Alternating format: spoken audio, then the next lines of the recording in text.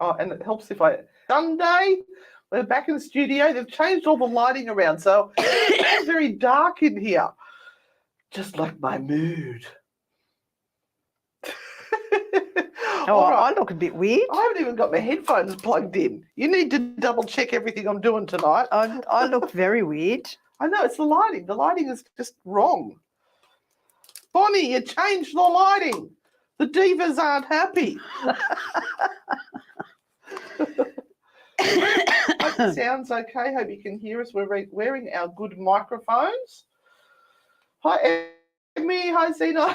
Hi, Big Byron and Andrew. Who else have we got on? Maxine. Hello, Maxine. Virginia. Becca Lee. I just love saying your name. Becca Lee. It just sort of rolls off the tongue really nicely.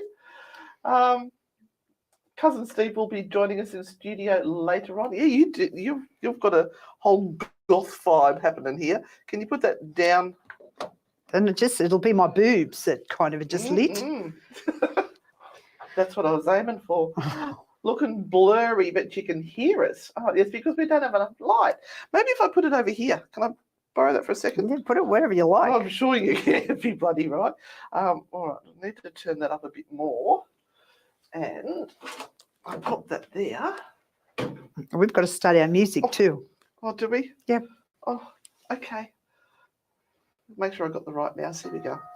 Right, we're starting off the show. God, that light is bright. Tell me about it.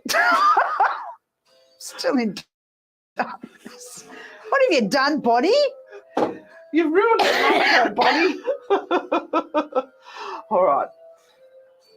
Hello, Evelyn. Hello, Marone. Is that how we say it? Marone?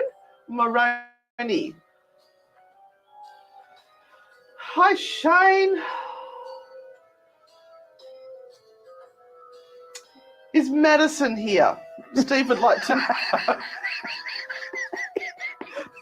You're naughty, cousin. Oh, Steve, I'm going to slap Very you. Naughty. That's why we love you. I've got to keep an eye on this now.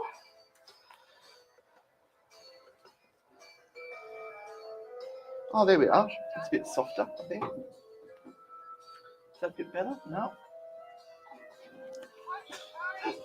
Give up. Oh, that looks all right on you now. And I'm in dark, so that's good. I can't see anything, but never mind. We don't need to see Emily, anything. I could be saying anything tonight. We've had a big weekend. It's been fabulous. Hello, homebody.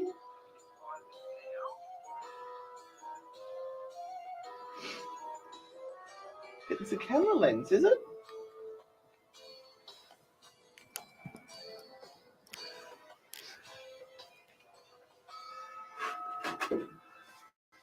All right, I'll try that.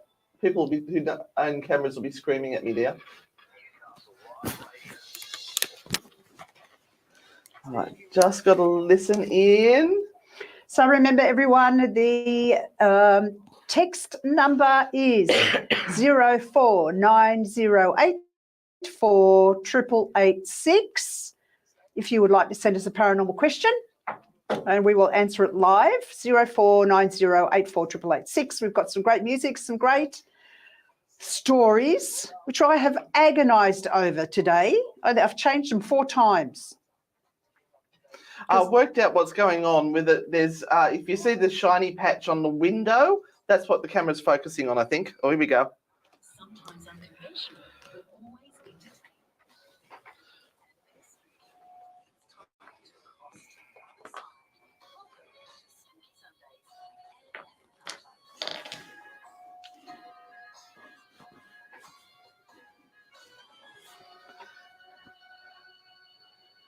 Good evening and welcome to all the beautiful paranormal people out there. You are at the Spooky Sunday Evening Show with your hosts, Anne and Renata, paranormal investigators extraordinaire and the psychic medium of the world over there. Sorry you didn't win it this year. No, I didn't win it. That was a year ago. Yeah. I'm not that good anymore.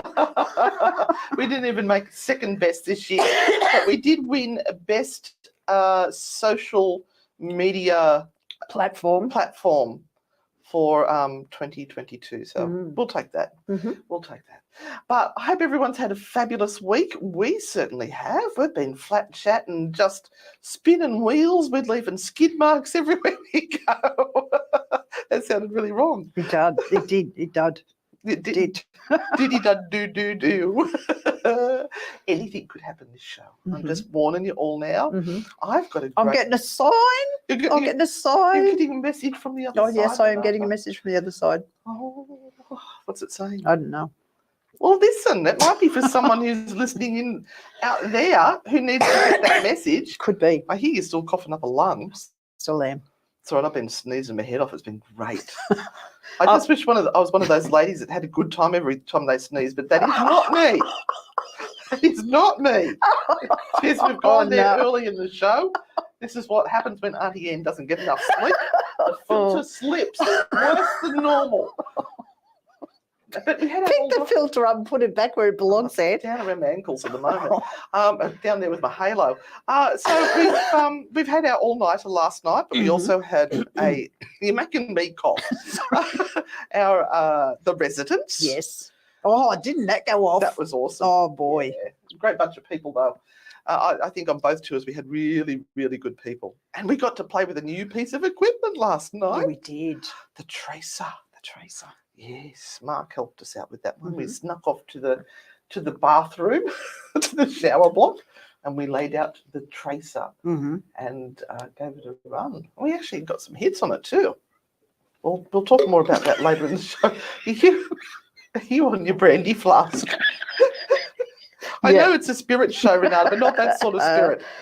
Oh, I've got a big bottle of tea with lemon and honey. It's fine. Oh, okay. I have a story of the weekend. Oh, go for it. Yes, I have a story of the week. This is my fourth attempt at a story of the week because I picked 3 others and then I went through them and I went, oh, it's such rubbish. I can't even read it. I can't read it. I cannot read it.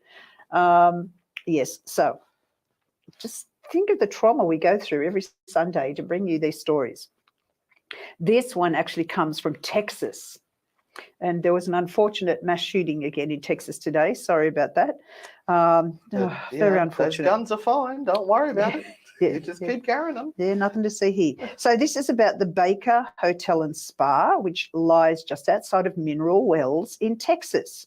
Having opened in 1929, it went through many iterations before closing its doors in 1972. But now there are plans to restore the building. Across the United States, there lie a myriad of abandoned and haunted locations, from tuberculosis sanatoriums to former hotels and hospitals. Hospitals. Many of these places remain home to some residents not quite yet ready to move on. Oh, they left some of the old people in there, have they? No, they've gone beyond the veil, these people. Oh, right, okay. There is only a slither of them there. One such location is a former hotel in Mineral Wells, Texas, which is now undergoing renovations in the hope to reopen. However, during its time lying empty, many paranormal investigators visited and had some shocking experiences. The main attraction which drew people to the hotel, including the likes of Bonnie and Clyde, the Three Stooges and Judy Garland, was what was believed to be a magical health secret lying underground. The area is home to mineral-rich water, which was dubbed crazy water after a woman apparently cured her mental illness by consuming it regularly. Right. Wow. So did the lady self-diagnose herself as being cured? I don't know. People in the 1800s would travel from across the country to experience the healing powers of the water.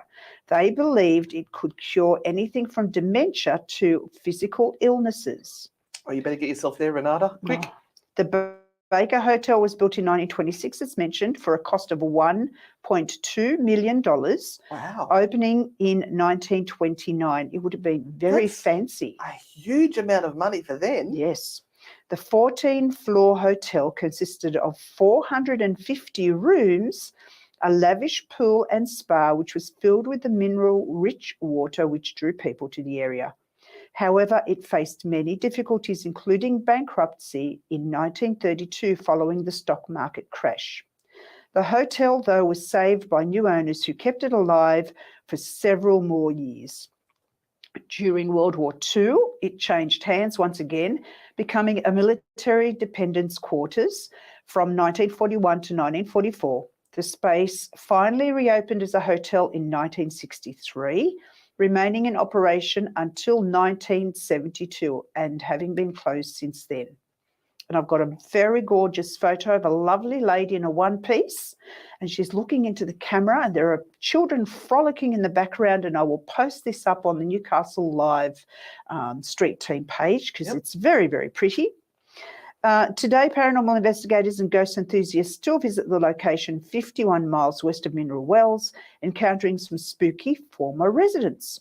The hotel is said to be occupied by the spirits of people who were sick and came to the hotel in hopes that the mineral water would help them, but ended up dying anyway. Oh, no. Ooh, people have reported being poked, scratched, bitten, and ghostly smells associated with the spirits lingering where they are often encountered. I had ghostly smells last night too. It wasn't good. That could have been the minerals, though, here.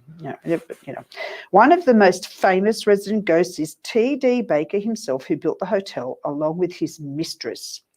He's believed to haunt the Baker Suite found on floor 11.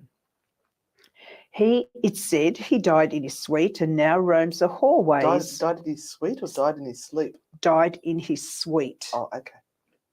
And now roams the hallways of the masterpiece he built endlessly. He's believed to be such a strong presence that tour guides offering ghost walks will, in fact, always knock on the doors of the Baker Suite before entering in an effort not to anger the ghost of T.D. Baker. One of the most peculiar hauntings is not apparitions seen in the corner of someone's eye or a disembodied voice, but a scent. Witnesses have said the entire 11th floor smells like cigar smoke, with T.D. Baker having enjoyed smoking cigars in his life, leading many to think the smell is associated with him. Along with Baker, it is said his mistress still roams the hotel where she was kept by Baker on the 7th floor. The story is that she jumped from the window of the 7th floor, falling to her death. So when you say kept... Yeah, that's a bad word, isn't it? And she had to jump from a window, that sounds more like she was imprisoned. Yeah. Some say she jumped because the affair simply became too much for her, though the true reason is still unknown. Along with the smell of cigar smoke, countless witnesses have reported smelling a lavender perfume. Uh-oh, we all know what that means, everybody. I know. And I mean, get to the bath often. He could have kept her hidden away because he was in the hotel all the time and he didn't want other guests or people to know. He did keep her secretly locked up. So maybe they had come to that conclusion that was the best way to lead the affair. I don't know. An apparition of her has also been spotted with red hair, piercing green eyes, and the unmistakable lavender perfume. People are sure they've seen the mistress.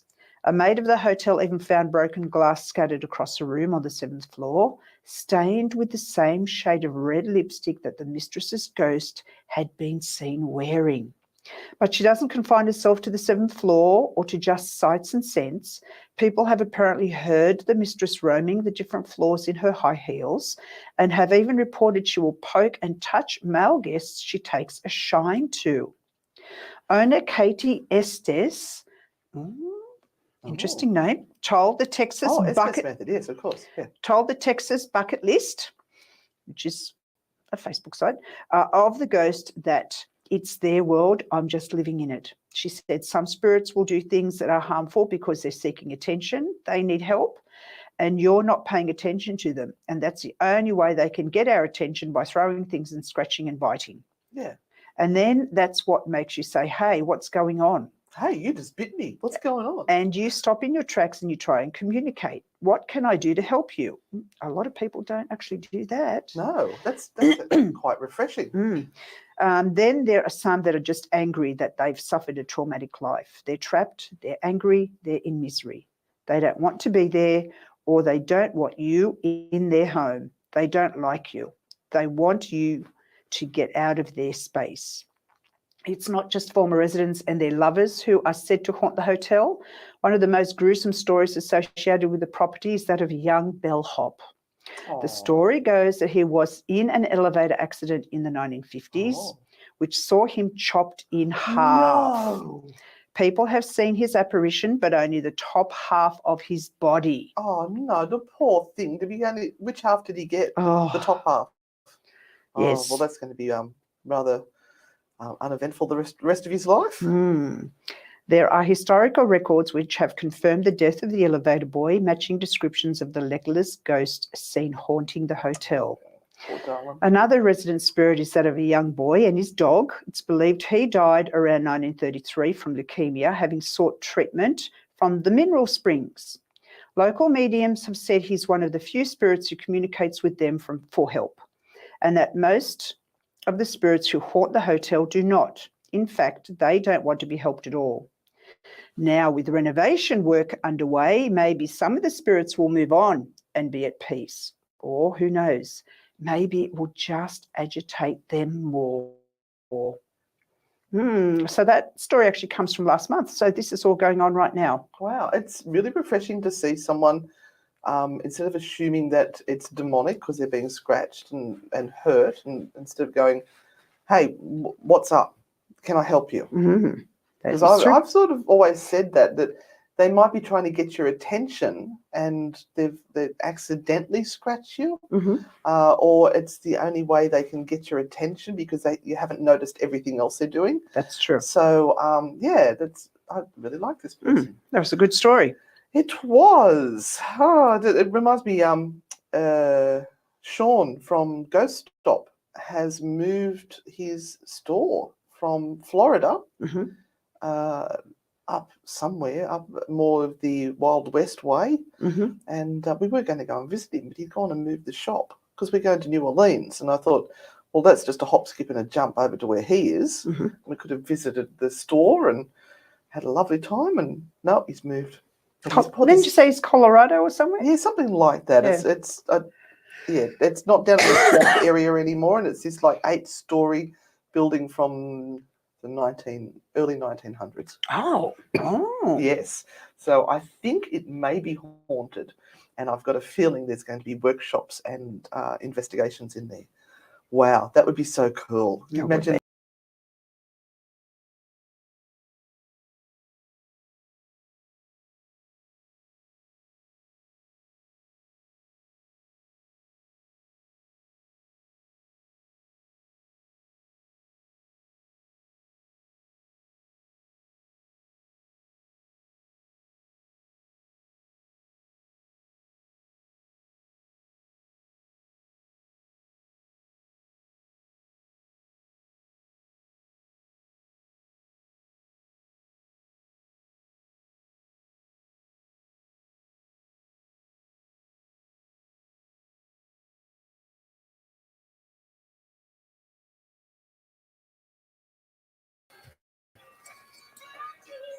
Sorry about that. I knocked the cable and it just dislodged everything. So I've got yours back now. Sorry. I think I need to take my jacket off. I'm a little bit hot. Yeah, I've turned the aircon on because it's a little bit steamy in here. I turned it on before. Wasn't it off? No, nothing's. It probably wasn't on cold enough. So I'm attached to microphones and everything, so I've got to... Danielle, thank you for the stars. Thank you so much. And not sure whether Dave is actually watching tonight, but Dave, thank you so much for the stickers last night and the badges and that beautiful light. Ghost. Oh, I love the ghost light. It's fabulous. The ghost light is sensational. We've... the team's got stickers everywhere now. Like I've got mine on my phone. Dave's been on Temu.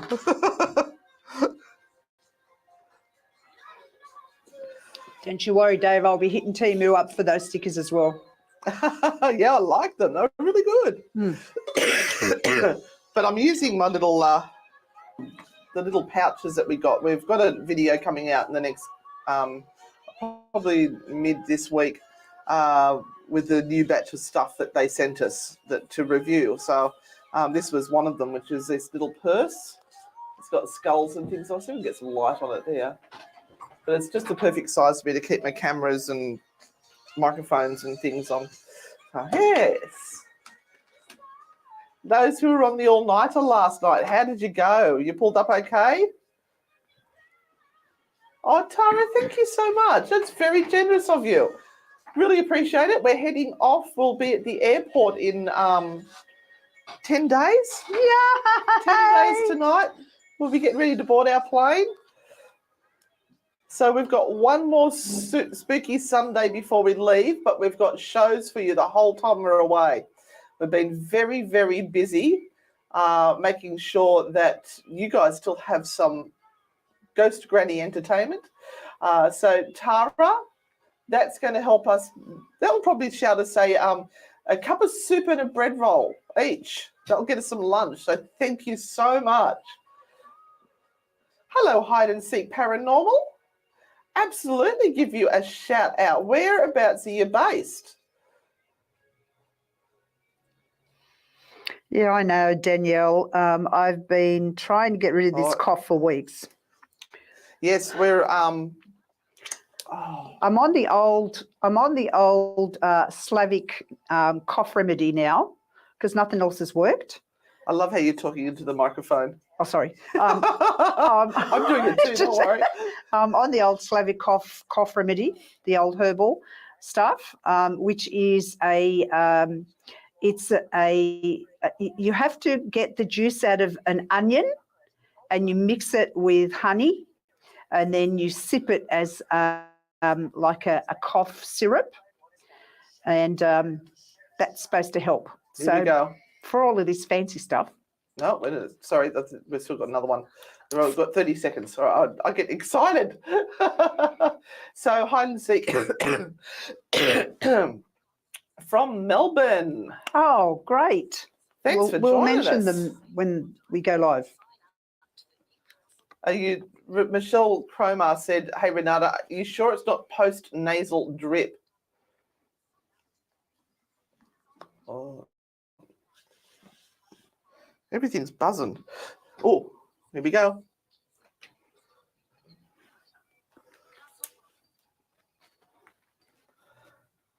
Oh, well, that was a bit of an exciting head off to the song break there as I left microphones on and we cut the camera on the YouTube and everything just went, wee! And we didn't even say the F word. No, we didn't. And I bet you don't have your thing ready because you're supposed to be reading it now. It's your story. Oh, excuse me, it is right here to my right. You've got it. You normally have it sitting in front of you. I'm just. Oh, gee, she's picky, isn't she? She's just so excited for me to do the ABC of Paranormal. No, ABC of Superstition, sorry.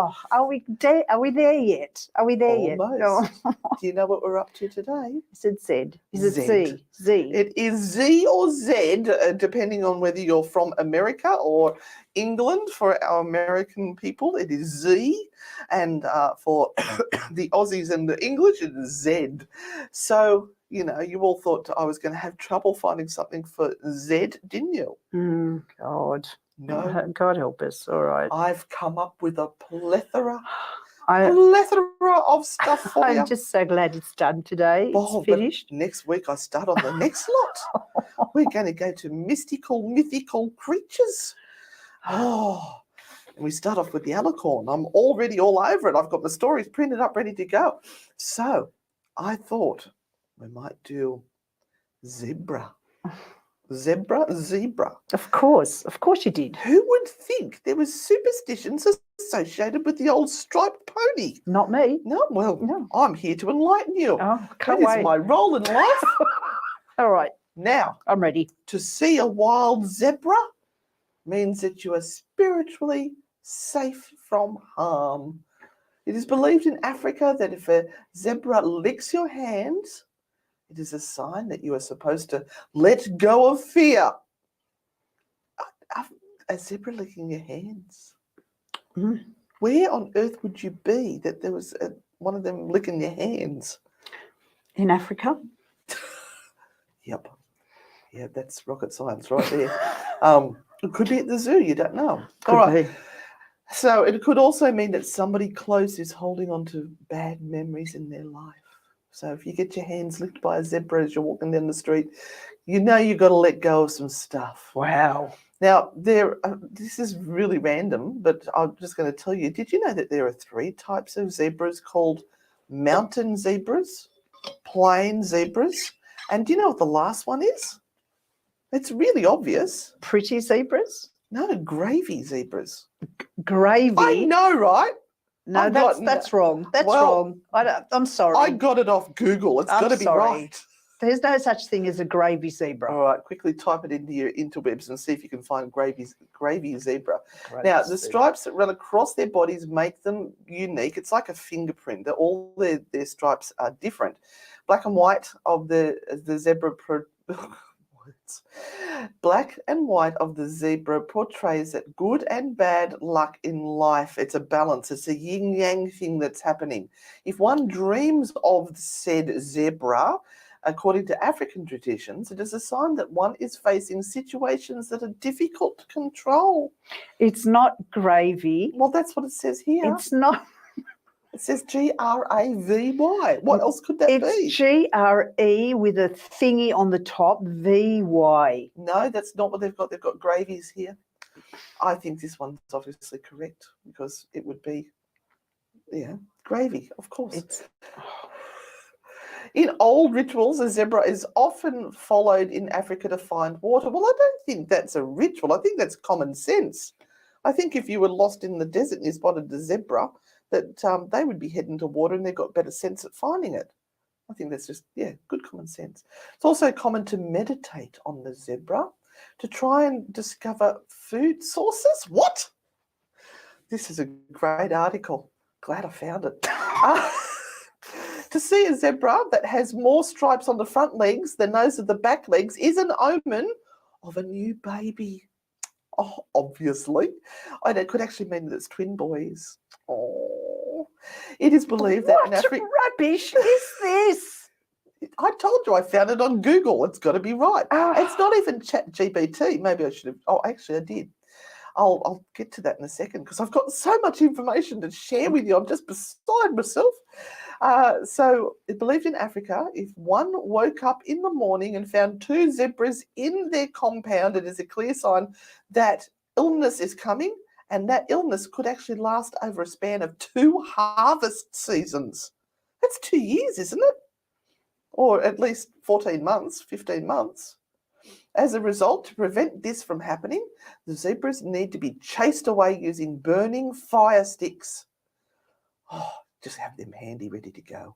To see one solitary zebra is a sign of good luck and blessings.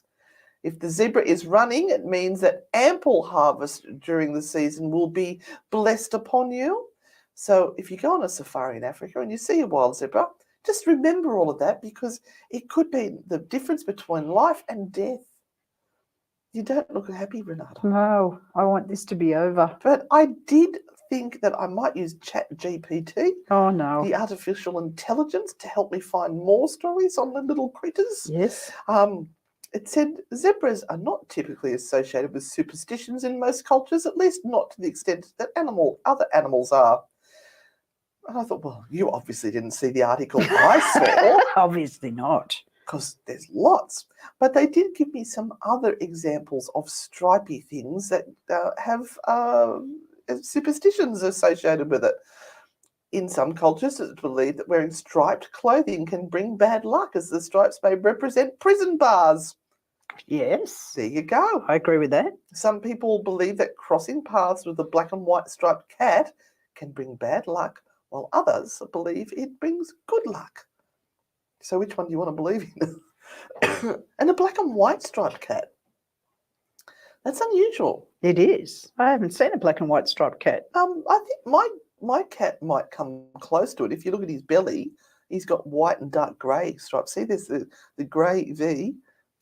Sorry. Stop it. Just finish this. All right. In some African cultures, certain striped animals, such as zebras and tigers, oh, my asthma's going again, are believed to have protective powers and associated with strength and courage.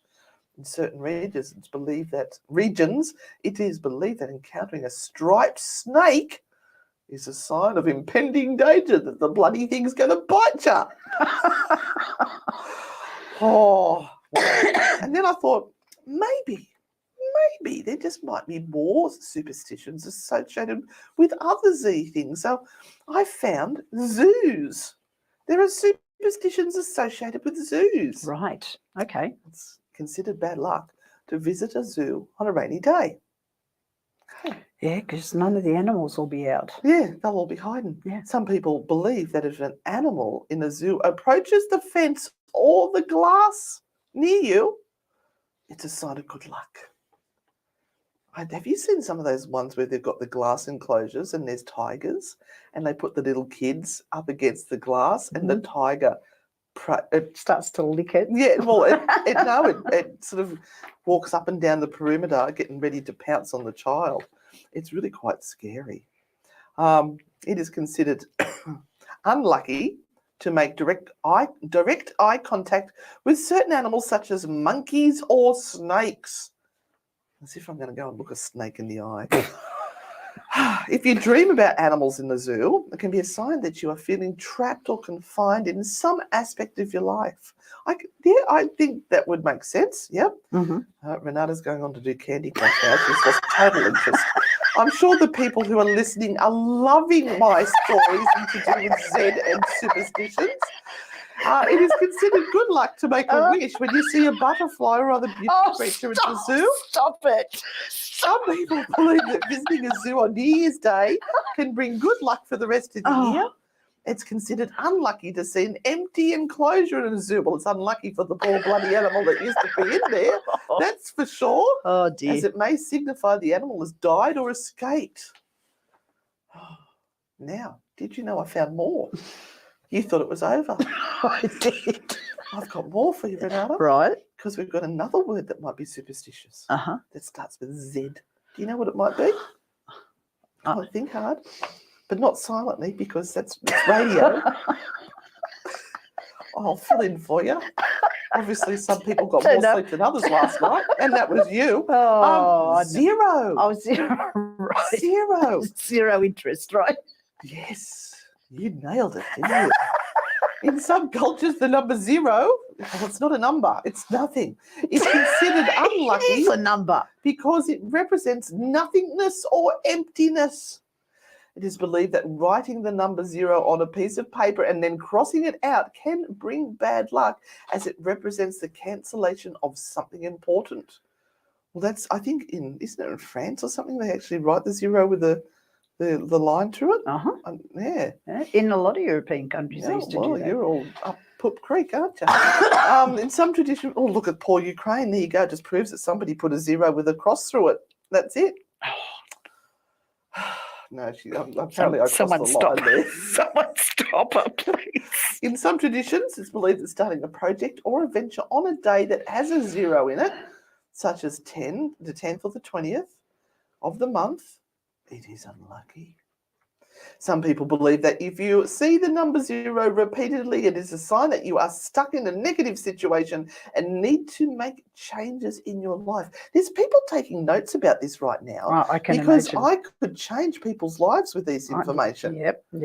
Yeah.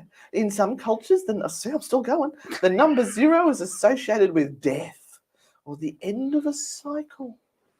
It is considered unlucky to receive zero gifts on a special occasion.